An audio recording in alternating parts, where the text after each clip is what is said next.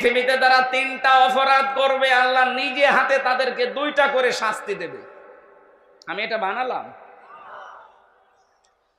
এটা সূরা ফুরকানের ভেতরে আছে 68 নাম্বার আয়াত।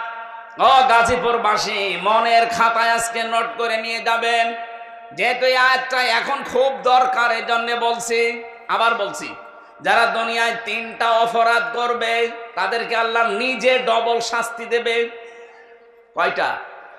আরো জোরে। আয়াত নাম্বার সূরা ফুরকানের 68 নাম্বার আয়াত, 19 নাম্বার পারা 4 নাম্বার পৃষ্ঠার 13 নাম্বার লাইনে আছে। এটা তাফসিরে ফি জিলালিল কোরআনে পাবেন। আল্লাহ রাব্বুল আলামিন বলেন, দেখেন তো গাজীপুরে আছে কিনা, ওয়াল্লাযীনা লা ইয়াদউনা মা'আল্লাহি ইলাহান আখার।